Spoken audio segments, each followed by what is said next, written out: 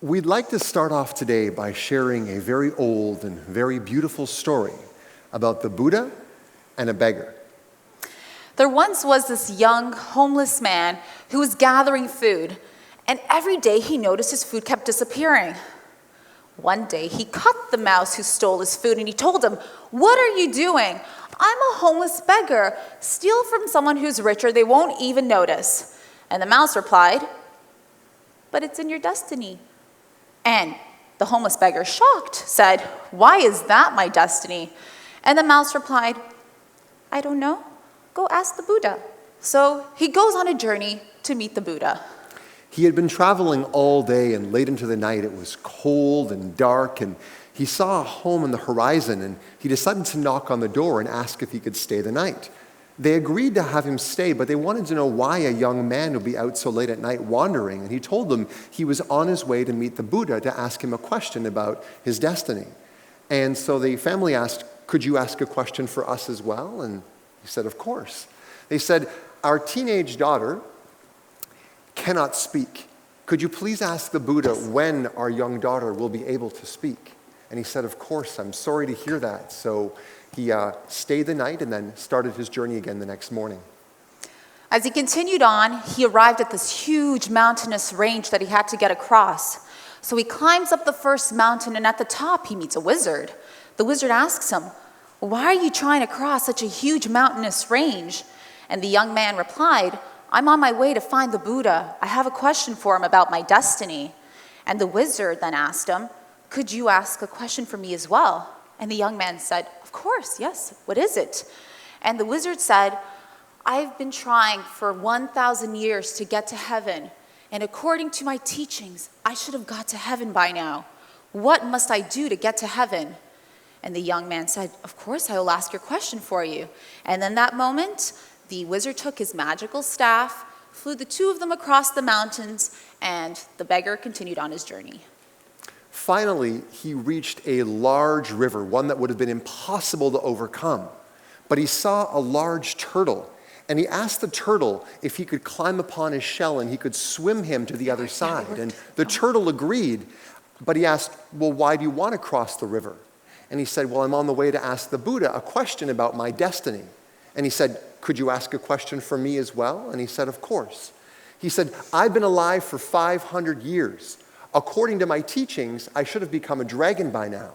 When will I become a dragon?" And so the young man agreed to ask his question. He swam him across the river, and he continued on his journey. The young man finally meets the Buddha.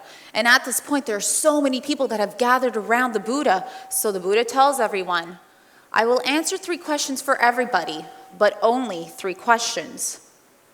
The young man was shocked. He had 4 questions to ask. So he thought hard, and he thought about the turtle who's been alive for 500 years trying to become a dragon, and the wizard who's been trying for 1,000 years to get to heaven, and that poor teenage girl who's going to have to live her whole life being unable to speak.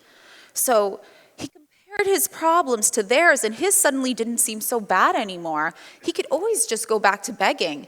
He felt sorry for the turtle, the wizard, and the teenage girl. So he decided to ask their questions instead.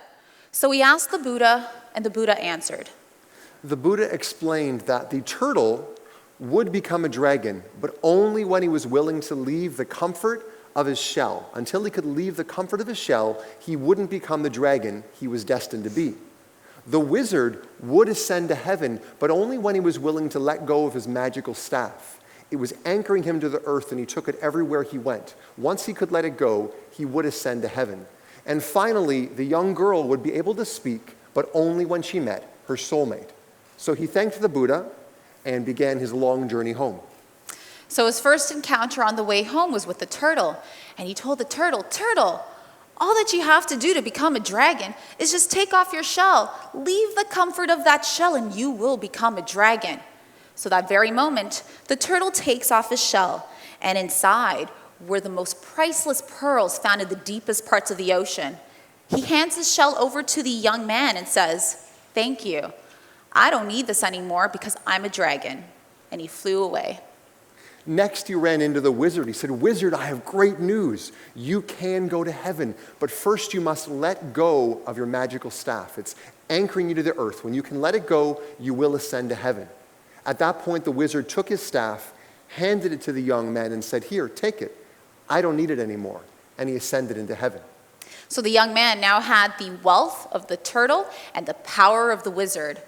He finally continues on the last stretch of his journey home, and he reunites with that family that gave him shelter for the one night. And he told the family, "The Buddha said that your daughter will be able to speak, but once she meets her soulmate." And that very moment, the daughter walked down the stairs and asked, "Is that the man that was here last week?" This is a beautiful story and one that is rich in valuable lessons. But rather than us telling you what we think you should take from it, we'd like to hear from you. What lessons did you learn from that story, or what did you learn about what it takes to truly be a hero? If anyone has any insights they had learned from this story, just kindly raise your hand. We'd love to hear them. Yes? He gave up what he wanted to do, what everybody else wanted. Very good. So he gave up what he wanted for the other people. So he was willing to make sacrifices for the other people. Very good. Very good. Any more insights people would like to share? Yes.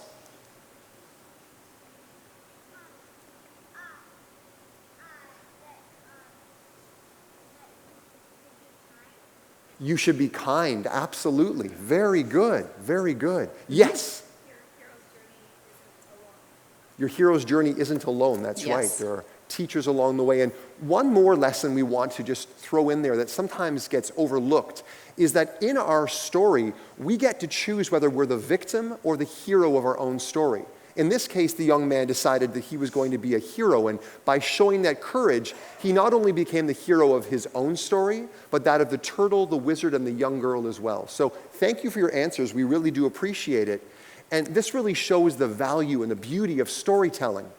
It really has a transcendent quality and is the reason why our ancestors used it as their primary means of passing along information, culture, and history for generations, and why it's still an invaluable part of our society today. My sister is a master storyteller, and I remember being at one of her talks once, and she was sharing a story from her youth, and it was a powerful story, and afterwards, just like Denise and I did, asked the audience, "What did you take from the story?" And I was amazed at how many different answers came back. Some of them didn't even seem to have anything to do with the story that she had just shared, but it touched something deep inside of them. Maybe it was a memory, and they had profound insights. So it's amazing how a single story can teach many lessons. Our brains are also pre-programmed to remember stories. I don't know about you, but I struggle. Oh, I went way far forward. Yeah, go back. There we go, that's a brain. So our brains are pre-programmed. So often we struggle to remember grocery lists, even like 3 items, and I'm like, oh my gosh, I don't, like bananas, apples, and phone numbers, simple things. But we often could recall the entire storyline of a movie like Star Wars. Who's ever had that experience? Movie, grocery list of items. We tend to remember a storyline a lot easier. And this is why mystics and prophets throughout history have used parables, simple stories to illustrate a spiritual and moral lesson. And these short stories are very impactful and easily recalled. But unfortunately, throughout history as well, not everyone has used the power of storytelling for good. Advertisers and politicians have used and misused the art of storytelling to create a narrative that is beneficial to their agendas. But most often, the biggest culprit of disempowering stories in our lives tends to come from ourselves. So are you accurately portraying yourself in the story you tell yourself? Are you showing compassion and empathy like you easily could show to others to yourself? Or do you kick yourself when you're down? Are you critical? Do you discourage yourself? Do you set unhealthy boundaries?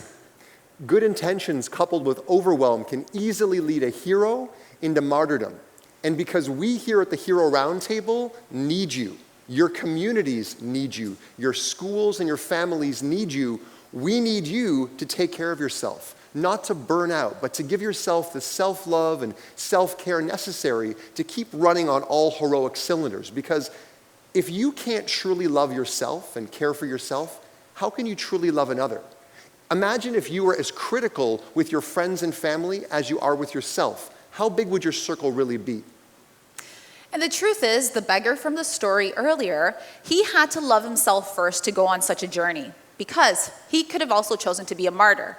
He could have just sulked and been like, well, I guess I have bad luck and there's no point in going to the Buddha because it's my destiny and may as well accept it. But he chose to show courage, and he went on a hero's journey. And during this journey, he showed empathy, and he put himself in other people's shoes. And by doing that, he showed the strength and the sacrifice that needed to be shown in order to become the man he needed to become, to then finish his hero's journey and ultimately change his destiny. So we all have the same transformative opportunity as the beggar did. We could choose to be a victim, or we could choose to be our own hero. So what story are you going to choose? What path are you going to choose? So right now we'd like to try a very brief exercise. I'd like everyone to think of a story. Now I'll give you some parameters. It needs to be a story you tell yourself on a regular basis. We're talking weekly, daily, maybe even several times a day. But most important, it needs to be disempowering and cast you as the victim. So just take a moment, think of this story. Now, what we're going to do is rewrite it. We're not going to change the events so much as the meaning of those events to you. As an example, we're going to give you some tools to do this. Imagine the villain or the antagonist in your story. Imagine them wearing a jester's hat and like a jester's suit, and like it's really hard to take them seriously now. Maybe you shrink them down till they're 6 inches tall, and when this little voice squeaks out, it's completely non-threatening. Since you are the DJ in your own mind, maybe you want to add some music. Maybe you want to lighten the mood, put on some What Did the Fox Say? Or maybe you want to empower yourself, so you put on some Beyonce or the Rocky theme song. Maybe you've never fairly portrayed yourself in your own story. Maybe you haven't given yourself credit for being the bigger person or seen a silver lining that may have been there, and by following that new lesson, learning that lesson, it might change your future. This is the power of retelling your story. So we challenge each of you to write and rewrite your story in an affirming, empowering, and supportive way so that you can share your individual brand of heroism in a world that's in desperate need of heroes. Thank you.